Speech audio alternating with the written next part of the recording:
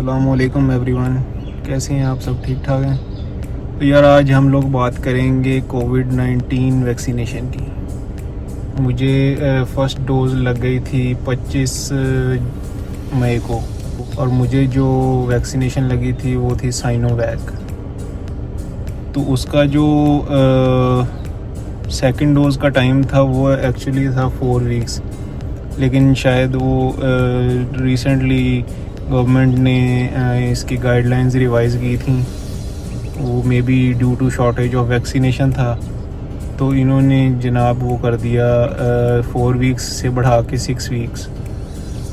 तो आज मुझे सेकंड डोज़ का मैसेज आया, तो मैं सेकंड डोज़ लगवाने जा रहा हूँ। अच्छा, अब हम बात करेंगे कि क्या हमें वैक्सीनेशन लगवानी चाहिए, इसके कोई साइड इफ़ेक्ट्स हैं, फर्स्ट डोज़ के बाद आपको किस तरह का कोई साइड इफ़ेक्ट्स देखने पड़ सकते हैं, या कोई आपको क्या प्रिकॉशंस हैं जो करनी चाहिए। अच्छा यार, तो मैंने फ़र्स्ट डोज़ जब लगवाई थी तो मुझे क्या सिम्टम्स आए थे और मेरी कंडीशन क्या हुई थी वैक्सीनेशन के बाद। तो मुझे पहले कुछ दोस्तों ने और कुछ जानने वालों ने ये गाइड किया था कि आप जाने से पहले ना पैनाडोल खा लो, ताकि इन केस अगर आपको फीवर वगैरह कोई होता है तो वो कवर हो जाए। लेकिन वो बस ऐसे ही अचानक से प्लान उसका बन गया कि वैक्सीनेशन करवाने जाना है अभी, तो पैनाडोल खाने का जो है वो जहन में ही नहीं रहा। तो ऐसे ही जाके वैक्सीनेशन लगवा ली। और उसके बाद क्या हुआ कि फर्स्ट डे तो मुझे कोई सिम्टम्स नहीं आए, कोई महसूस नहीं हुआ। जस्ट मुझे जो वैक्सीनेशन जहाँ पे इंजेक्शन लगा था उस जगह पे पेन थी। वो डिपेंड करता है कि आपको जो वैक्सीनेशन लगा रहा है उसने किस तरह से उस इंजेक्ट किया है। अगर वो थोड़ा सा असल में ना लगे तो वो पेनफुल हो जाता है। और वैसे अगर आप जनरली बिल्कुल सही तरह से आपके इंजेक्शन लगे तो ब्लड नहीं निकलना चाहिए कोई भी। जस्ट आपको फील ही नहीं होता कि बस इंजेक्शन लगा भी है। अगर पोजीशन उसकी सही नहीं हो तो फिर आपको पेन भी हो सकती है और थोड़ा सा ब्लड भी निकल सकता है, जिसके लिए आप कॉटन ऊपर रख के उसको वो 10-1 मिनट के लिए रखें तो वो ठीक हो जाता है। तो फर्स्ट डे जो था उसमें मुझे कोई सिम्टम्स नहीं आए आफ्टर वैक्सीनेशन।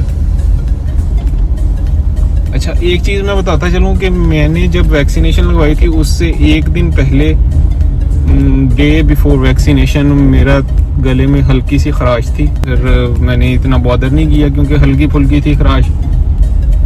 और जब वैक्सीनेशन लगवा ली है तो उसका एक दिन बाद जो है वो एक दिन बिल्कुल सही तरह से गुजरा। नेक्स्ट डे जो है वो मेरा गला ज़्यादा ख़राब होना शुरू हो गया। अच्छा, फिर जनाब मुझे बुखार होना शुरू हो गया साथ गले ख़राब के साथ।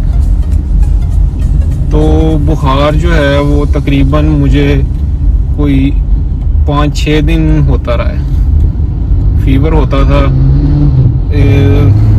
not that much high grade fever, but it was like 99 and 100.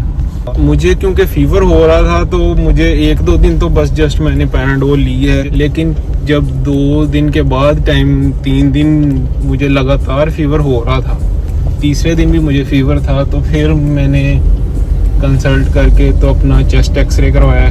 उस टाइम मुझे थोड़ा ये फीलिंग थी कि मे बी कोई सिम्टम्स ना हो उसमें कोविड की, क्योंकि बेसिकली जो वैक्सीनेशन आपको लगती है that is inactivated corona virus, जो कि एक्टिवेटेड नहीं होता, ऑलमोस्ट डेड होता है। लेकिन वो आपकी बॉडी में उसने, क्योंकि थर्ड पार्टी एक आपकी बॉडी में जा रही है, तो उसने कोई ना कोई रिएक्शन देना है। अब बहुत सारे लोगों को कोई सिम्टम्स भी नहीं आते, लेकिन मुझे जहाँ तक लग रहा है कि सबसे ज़्यादा जो मुझे सिम्टम्स आने की जो रीज़न थी वो थी मुझे जो मेरा गला ख़राब था, क्योंकि मैं पहले से ही इम्यूनो कॉम्प्रोमाइज़ हो रहा था गला ख़राब होने की वजह से।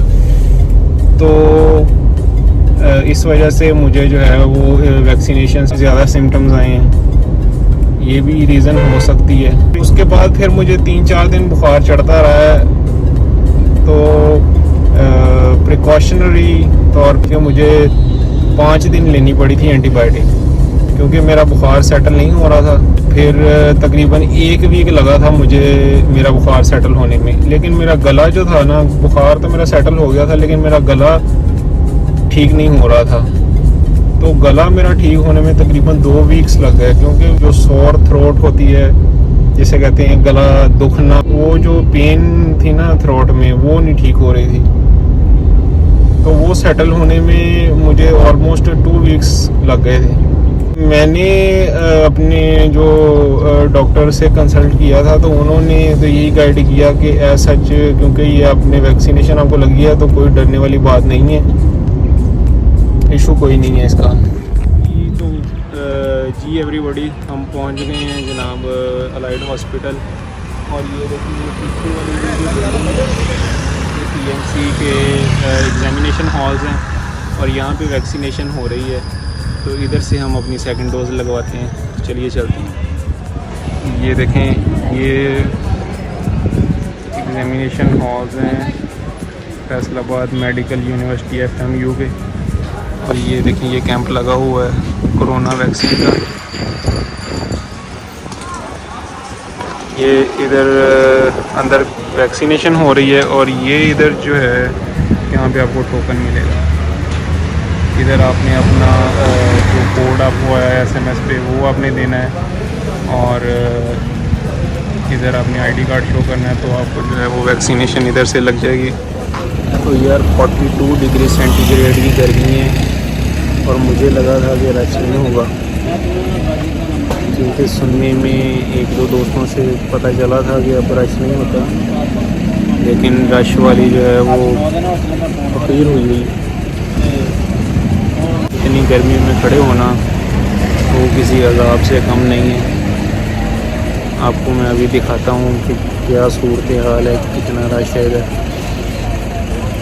बहुत ज़्यादा गर्मी है और रश बहुत ज़्यादा है।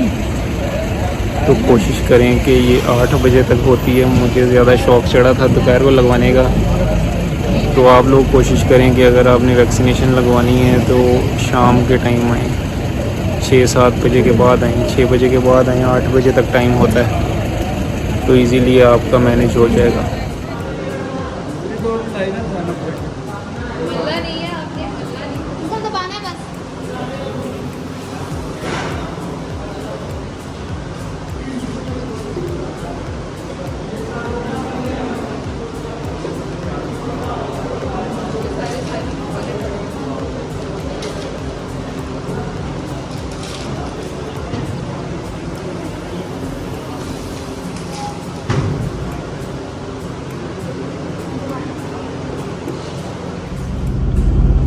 तो यार वैक्सीनेशन लग गई है, टीके वाली जगह पे जो दर्द हो रही है इधर बाजू में, और बाकी कोई सिम्टम्स नहीं है। तो यार लगवाओ आप सब लोग भी, कोई इशू नहीं है, कोई टेंशन नहीं है, बिल्कुल सेफ़ है और बेनिफिशियल है आपके लिए, सबके लिए।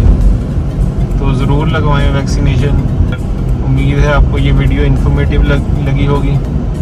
अगर आपको वीडियो अच्छी लगी है तो लाइक का बटन ज़रूर दबाएं, चैनल को सब्सक्राइब कर लें और बेल आइकन को दबा लें, ताकि आने वाली वीडियोस के नोटिफिकेशन आपको मिलते रहे। टेक केयर, अल्लाह।